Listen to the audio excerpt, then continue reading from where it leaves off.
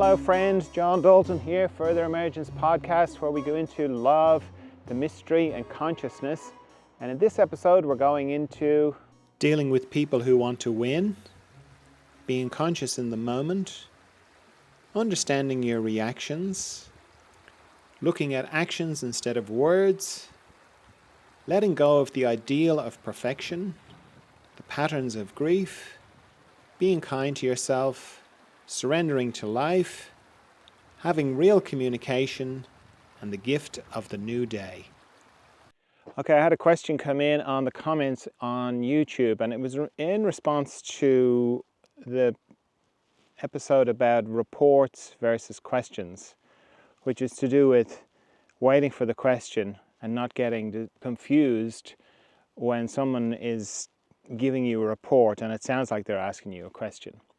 So, this person says, "Hi John, what options do you recommend when having a discussion which the other person wants to win?" That's a great question because it highlights the unconscious kind of patterns that go on in our communication. Because if you're talking to somebody and they want to win, they're already giving you a report. They're sort of saying, my reality is the reality. The way I see things is the real way things are, and you are deluded.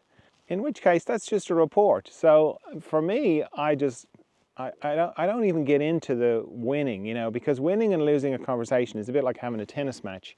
You have to get onto the court and you have to pick up the racket and hit the ball back. If you don't do any of those things, the whole energy of the other person and what they're trying to do just disappears. It just doesn't really happen. I mean, there's degrees to it. If it's someone who's close to you, who you've got an ongoing relationship that's going deeper into love, you can say, well, I hear what you're saying, but from my perspective, I feel like you're just trying to win here. I don't feel like you want to hear what I'm saying, which is fine. I don't want to get into a fight with you. I don't want to have an argument with you. I don't want to try and convince you of my reality. I just know how things are for me, and I'm happy. And if that's the way things are for you, that's great. But I don't want to be in conflict with you. But if it's just somebody that you meet and they're like telling you the way it is, I just let them have it. I just let them win, because they're not really winning because I'm not in the competition with them, Like, do you get upset when Tiger Woods wins the whatever Grandmaster or whatever, or Roger Federer wins the Wimbledon? Yeah, you kind of go, damn, he won, I didn't win, You don't even think about it. You're happy for him, because you're not in the ring. You're not in that. You didn't get into the thing with him. So it's kind of the same, with people who want to win. Like, let them, I'm not going to get into conflict. I'm certainly not going to let it disturb my beautiful equilibrium on the inside. But again, it's very different from when you are sensitive to and you're listening for the question. Because often when people want to win, when you just don't get into it with them, it all collapses, the energy collapses, and then maybe a question will come through. And then maybe you can respond to the question.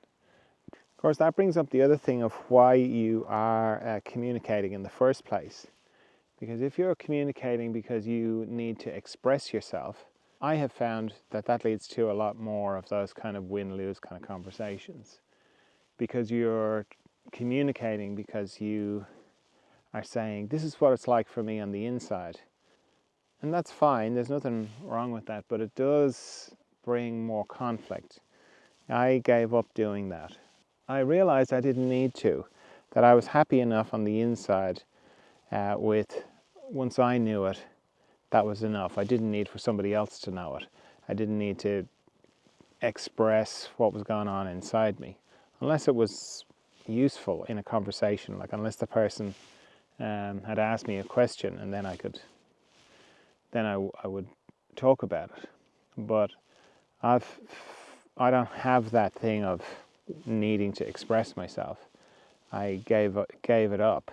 But that didn't happen overnight. That took many years to be okay with that and not feel like I needed to express myself. But it's good to kind of review, why am I communicating? What's the point here? You know, for me, communication is more about waiting for the question when there is an opening, and then there's actual, you know, what I have to say might be of use, it might actually get through. Other than that, I'm happy enough. I don't need to communicate, to express something on the inside. I'm happy enough for me to just know it. Now let's have a look at the memes on the Further Emergence Instagram feed. The first one says, "Appreciate where you are now. You'll never be in this moment again." That's the thing that's just so hard to appreciate, is how fast the moment moves and how easy it is for our life to just go by without even noticing it, because we kind of think in terms of the future and the past when our life happens right now. So I know it sounds a bit twee to kind of go, oh, appreciate where you are right now. If where you are right now is pretty awful, it's a bit hard to appreciate that. But you have to appreciate it, because it's this moment that you're in now, it's never going to be here again. So unless you start appreciating all the moments, you're going to, you know, get to some point and look back and go, where did it go? Where did all those good times go? And they went because you weren't conscious in the moment. And, you know, it's very understandable when you're in a situation that you don't like to kind of go, well, I don't want to appreciate this moment. I'm going to wait for a better one. But there is no other moment other than this moment. So you have to start appreciating it right now. The next one is written by Young Puelo, and it says, "Your immediate reaction does not tell who you are. It's how you decide to respond after the reaction that gives you real insight into how much you have grown. Your first reaction is your past. Your intentional response is your present." This is brilliant and so true. Your first reaction is the past, and then your response is the present. Because we'd all like to respond well, but we don't.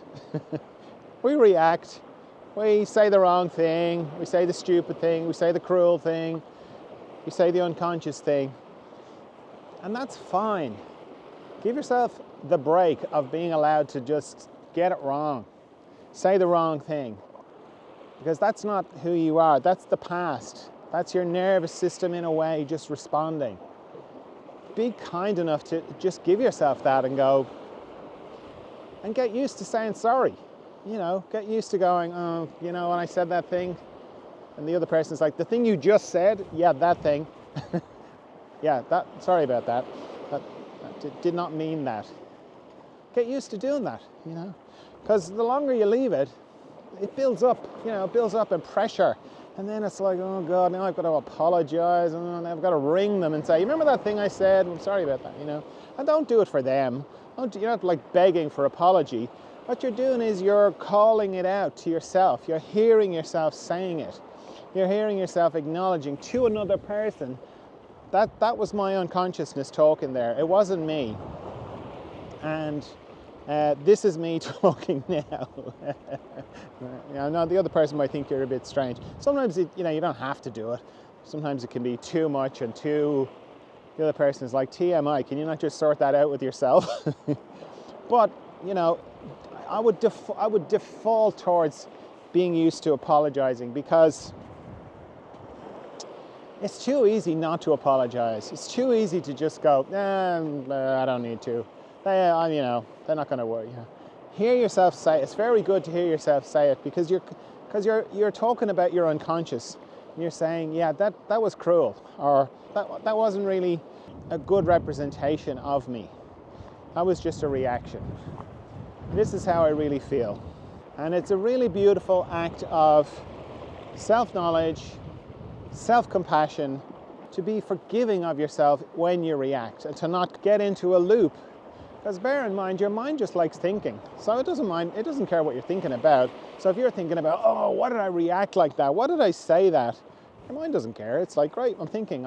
I feel like I'm a bit of life. I'm thinking, fantastic. So when you go, oh, yeah, that wasn't a great representation of me, that kind of cuts the thinking short. and then you can just get back to the sweetness of being. The next one says, people treat you exactly how they feel about you. Don't choose to be blind to it. Well, it's a blunt and difficult truth to have to face with people, because you're probably a big-hearted person. You probably want to see the best in people, just like me. And it's easy to make excuses for people's behavior. And you notice that because you hear yourself saying, well, they did that because of this other thing. And, well, no, I understand why they did that because. And that's beautiful. That's beautiful to always be willing to give people a chance. That's so important, because people can change. You know, people say, oh, a leopard can't change its spots. That's true, but we can change. People can change. So it's always good to hold people in the context that they can be different, but not to let it cover what's actually happening. And if you want to know how people really feel about you, just look at their actions. Their actions tell you how they feel. It doesn't matter what they say, it's what they do. And you have to face that. And it's like, you know, oh no, particularly in relationships, you're like, oh no, this person loves me and they've just got these issues and that's why they treat me so badly. It's like, no, they treat you so badly because that's the way they feel about you. They don't care. You know, it's like that really harsh thing of like, he's just not that into you, or she's just not that into you. It's so hard to face that. But but it's easy to see it, because all you have to do is look at their actions. You look at their actions and you know. But it's crushing. I understand it's crushing. But not facing it, not facing what their actions are, is a real recipe for heartache. And unfortunately, our issues mesh. And that's what makes it so hard for us to see what's actually happening.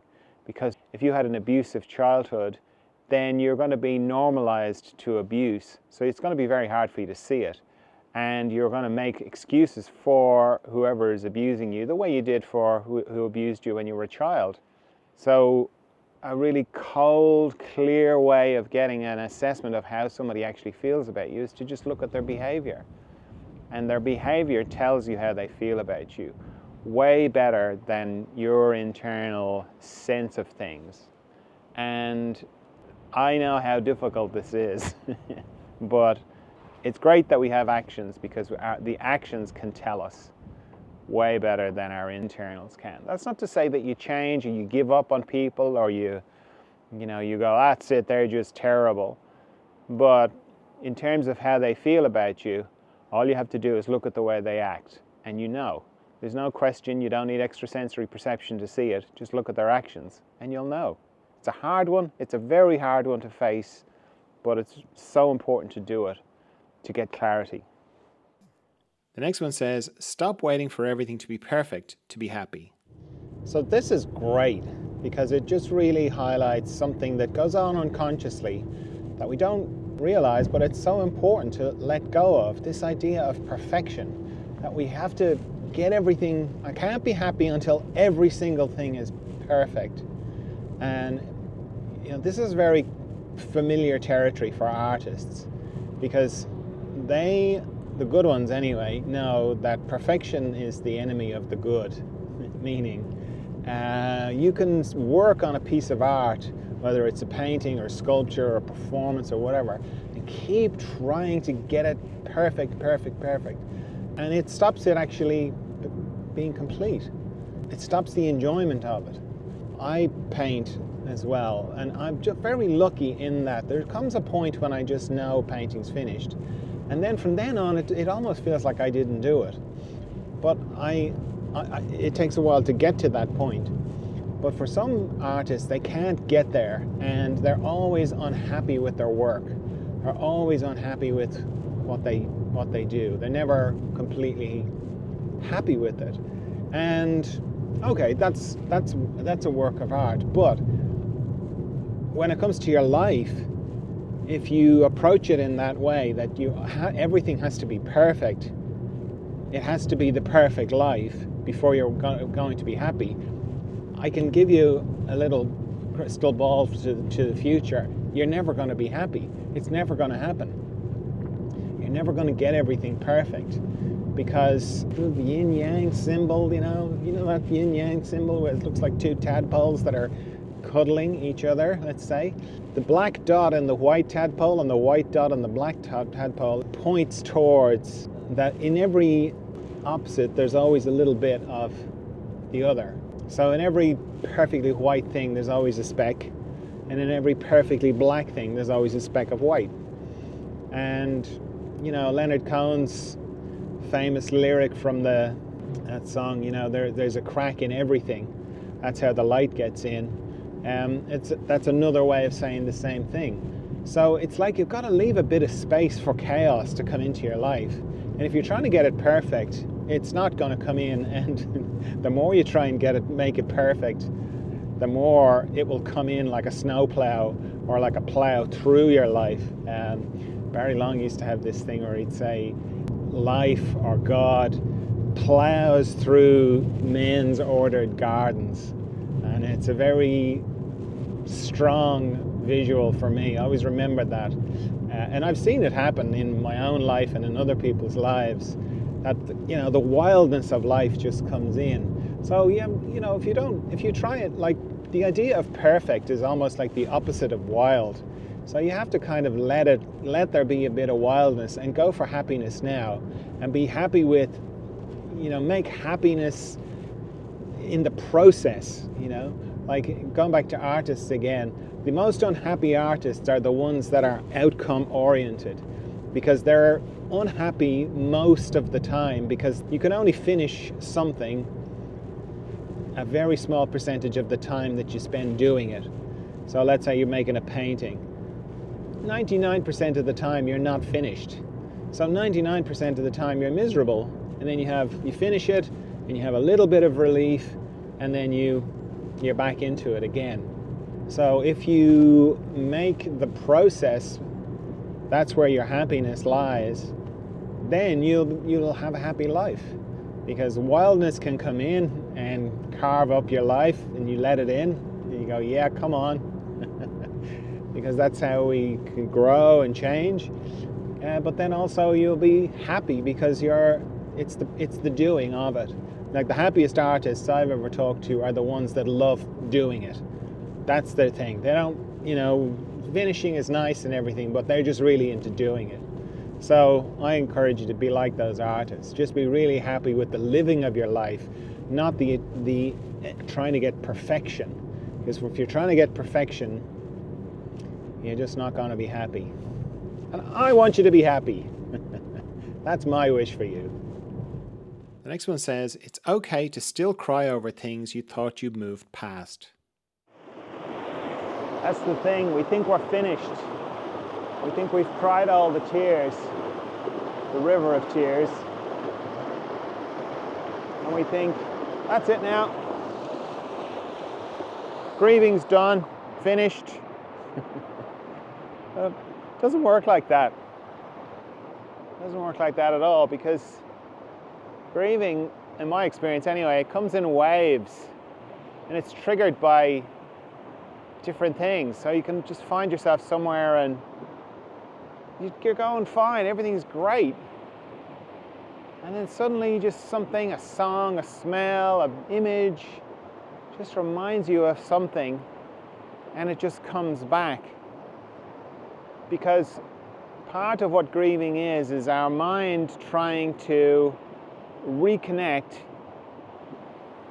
to something that's not there anymore, not in existence anyway. So whether that's a relationship, or a person who's passed away, or a time when you were very happy, or success, or money, it doesn't matter. It's the same thing. It's almost like we send out a tendril to try and connect with the thing, and then when it's not there, we're like, where is it? And then it's like every time we hit the ground instead of the thing, it's like, ow, ow, ow. Pain. And the thing is, not to be surprised when that happens. Because grieving is not a complete process. It's not, that's it now. Put it in the box, put the ribbon on it, that's it, it's all done now. I'm over that. We'd like that, we'd love that. That'd be great. I've cried all the tears, no more tears there for that. But you know, it's not over till it's over kind of thing, you know, saying that we think we're done with the past, but the past isn't done with us. It's very true. So the thing is to be kind to yourself if that happens, to not kind of go, what the hell is wrong with me? I thought I was over this. You're not over it till you're over it. And in some ways, you'll never be over it, because for as long as your mind does that, and for as long as you're not conscious of your mind and how it works, you're always going to have that happening, you know. That's why meditation is so helpful, because it helps you to sort of see the way your mind works and how it can you can get ahead of it a little bit, so that when the pain comes, it's not so bad, because it's not added. You haven't added to the pain by kind of going, what the hell is wrong with me? And you know, it just gets easier over time. Next one says, be kind to the parts of you that are still learning. It's so important to be kind to these parts of ourselves, because it's quite popular in psychology and spirituality to divide ourselves up and go, the ego, that's the problem. All my problems are because of the ego. Or the mind, the monkey mind. And really, you're just talking about yourself. And what is it that's describing another part of you like that? It's just another name for the same thing. Like if you think the monkey mind is a bad thing, the thing that thinks the monkey mind is a bad thing is the monkey mind. And it's very hard to move forward in consciousness when you divide yourself up like that. When you recognize that there's more than one of you in there, or that the idea of a collective whole, that there is one unit that is you, when you let go of that, or when you explore it and you see, you know what, there's actually lots of different parts of me, and they have varying degrees of consciousness. And some bits are more conscious than others. I think of it like a row in a cinema. The further back you go, the more conscious you are, the more real you are. And they communicate with each other, these different parts. And when you can be compassionate to them all, the parts of you that are not as conscious as the other parts, then everyone can move forward together. All different parts of you can move forward together. But when you're shaming and saying one part is the problem, it's very hard to move forward, because you're just caught in a circle. The part that's naming the other part as being wrong, it's the same part, just with a different name. So it's like that famous thing about public speaking. You know, the idea with public speaking is not to get rid of your butterflies, but to get them to fly in formation. And it's the same. The idea is not to squash your mind, to dominate your mind. Like God, Barry Long used to talk about his mind like it was a mouse, and he was a cat perched on the side of the mouse hole waiting, you know. I mean, God, how cruel on the inside, you know, and how tightly gripped that would be. So don't do that. I encourage you not to do that. I encourage you to love it all. Love all the different parts of you. Love it more into consciousness, because consciousness and love are the same thing. So there's a good reason for everything. Every crazy ass thing that you do and I do, there's a good reason for it. It's logical. You don't know what the logic is. It seems crazy, it seems irrational, but it's not. There's a reasoning behind it. And if you start off from that place, then you can lovingly get to understand what's going on, why it's behaving the way it is. The next one says, release your grip. Trust that whatever is unfolding in your life right now is in perfect timing and order. It's all working for you.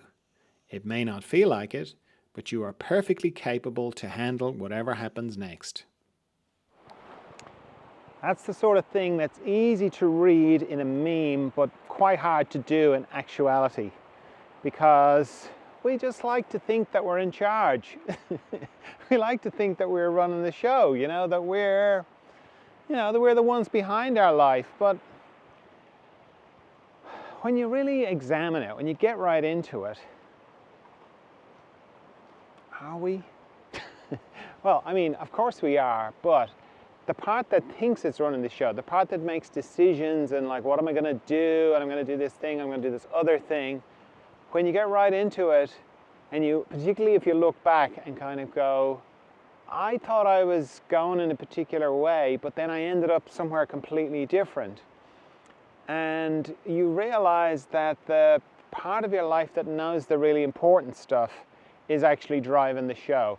And by the important stuff, I mean why you were born in the first place, why you were born to those parents and not some other people, 2 doors down or in another country, or you're the gender, you're a different gender maybe, or a different time in history. Why you were born now and not in medieval times or not in some futuristic time. Now, it's all significant, and we can kind of go, yeah, I don't know, it's all random, it's all chaos. But if you think it's all random and chaos, you wouldn't be listening to me. I don't think, anyway. Because you can kind of think it's maybe random for other people, but for yourself, when you're looking in the mirror, I don't know, it looks a little bit too meaningful. Now, of course, we love to make meaning out of things. We're kind of meaning-making machines. But then, again, you have to hold that in balance and see that, yeah, that is true, but then there also could well be meaning. So, you begin to realize that there's a deeper part moving the whole show forward. And then it's a process of holding both, because you can't just sit back and go, okay, well, it's not me, I'm not doing anything, so I just, do nothing. It's a weird kind of paradox. You have to be involved, you have to make the decisions, you have to act, but then you also have to let go to the fact that there is a deeper part of you that knows things that you're not conscious of yet. You have to let go to those parts of you as well. So it's the usual spiritual paradox kind of thing, where you're holding two kind of opposing things, where you're engaged but you're also letting go. And then the other part of it is to remember that you've got through, because when you're trying to make a decision or you're in a difficult situation, the feeling is like, I'm not going to make it through this, I'm not going to get through. And looking back on your life and going, well, I survived everything so far. So far I've made it through, and there's a high probability that I'm going to survive this as well. I mean, one day you won't, you have to accept that, but you can't live as if, oh, this is it, this is my time. It's much more enjoyable to live in that, well, I got through everything else, I survived that childhood, amazing, I survived that relationship, I survived that job, I survived everything, I survived all the crises. So there's a good chance I'm going to survive this. That allows you to access different machinery inside, which will help you to get through it, whatever it is. So hold on tightly, let go lightly. It's very true. Hold on, do your best, make the decisions. Know you're gonna get through, because you've always got through. But then also let go, because you don't really know what's going on. You don't really know what's driving your life, why you met that person, why you didn't meet this other person, why you are where you are. So you can just let it go while being completely engaged in it. The next one says, saying how you feel will never ruin a real connection. It can be scary to put your friendships, your relationships on the line by being honest. I mean, the idea is lovely, isn't it? Yes, I'll be honest. I can say what's true, and I can be myself. But if you have to have a difficult conversation with somebody, it's so much easier not to, isn't it? It's so much easier to just convince yourself that it's not a good idea, that you don't need to. You don't want to rock the boat. You don't upset the person. Really what you're doing is going, I'm not so sure they're going to take it well. I'm not so sure it's going to go well for me. I don't want to risk my friendship. I don't want to risk my relationship. But if it's a real relationship, if it's based in love, not that they love you, but that they love itself, or they love consciousness, or they want to be true to themselves and to how they feel about you, then they'll be able to take it. And really, like in consciousness, if you're interested in consciousness, there's no safety. Being interested in consciousness is like the opposite of safety. It just won't happen. Even if it feels like it. Eventually, consciousness or love, it's the same thing, it draws up. It's like a poultice. It brings up unconsciousness to be dealt with. And if it can't be dealt with, then the friendship, the relationship, whatever it is, you will have gone as far as you can with it. Because, we kind of think, and me too, like it's lovely to see people who have friends from when they were kids. It's a lovely thing. But it's unusual, and it's certainly unusual in consciousness. Because as you go on in consciousness, you walk along together for a while, and then you go as far as you can with somebody, and then you go on your own, and then maybe there'll be other people that you can go along with. But if you're hanging on to people because you're afraid to lose them, that's unconsciousness. The hanging on is unconsciousness. So if you're in the process of becoming more conscious, it stands to reason that you're going to have to deal with that. And once you know that, and once you're used to it, it gets easier. And then you see this thing of that a real connection, a real friendship, you can have difficult conversations. Like I've had difficult conversations with friends, and we did not agree. I kind of said, oh, well, this is the way it looks to me, and their meaning about them. I think I can see that this thing, because we can all see each other's blind spots. And it's great, and it's one of the great beauties of being here that we can help each other like that. So I could, I remember seeing this thing with a friend, and I told them, and they were like, yeah, I hear what you're saying, but I can't see it. I don't see it, so it's not true for me. And it was a big thing. It wasn't a small thing, it was a big thing. But that didn't mean like we didn't remain friends. We remained great friends. And we were able to continue to be great friends, and it would come up every now and then, and they'd go, nope, still don't see it. And it was fine. So a real friendship, a real relationship, it can stand the difficult conversations. And if it can't, if it's one of those make or break kind of conversations and it breaks the relationship, well, just see it as, well, we walked along together for a while, and now it's time to part ways. Don't kind of make it a fake relationship or go, well, that was rubbish. It wasn't. It was just you've reached the end of the road, or you've reached a parting of the ways. Their path goes that way, yours goes this way, and that's fine. And leave them with love and consciousness. And the last one says, the sun will rise and we will try again. This is great. And so grounded in a very clear-eyed view of what it is to be human. There's a great song by an Irish band called the Hothouse Flowers, and the song is called It'll Be Easier in the Morning. And this reminds me of that. The sun will rise and we will try again. It's like we get so into the momentum of the day and into the momentum of what's going on, the conversation, the whatever it is. And this is just like a very nice reminder that there'll be another day, that we've done everything we can. Well, it doesn't really matter what it is, whether it's consciousness, whether it's a relationship, whether it's a project you're working on. There comes a point where you kind of go, I'm just going to have to leave this and come back to it tomorrow, and we'll try again. Because particularly if it's a difficult situation or it's a difficult thing for you in consciousness or a relationship, the feeling is you just want to go, oh, well, that's it, forget it. Let's just give up. We tried, it's too hard. And to kind of go, the sun will rise and we will try again. It's so beautiful. Like, it's just sort of saying, you know what, we're just humans, we're just doing our best here. We've done our best all day. Hasn't been great, didn't get any result. In fact, we went a bit backwards. But you know what, we'll try again tomorrow. And you can apply that to everything. You can apply it across all different things, and it's valid, and it's beautiful, and it's expansive. You know, it takes the pressure off. If you don't feel like you're carrying the weight of everything on your shoulders, you can go, well, we'll try again tomorrow, you know, because ultimately all roads lead to death. So it's not like you're going to win in life.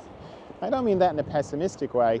I mean, but ultimately, you know, the sun won't rise for you the next day. You know, so for as long as the sun does rise, there's a chance. There's a chance to change, there's a chance to be different, and it means you're still in the game, you're still involved, you know, you're still at it. And that's brilliant.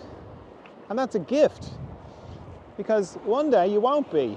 So it's great to go, well, I gave it everything today, and I didn't get the result I wanted. But you know what? There'll be another day. The sun will rise tomorrow, and I'll try again. All right, well, that's all I have for you this week. I trust you're well, I trust you're of good cheer, and I'll talk to you again soon. Bye.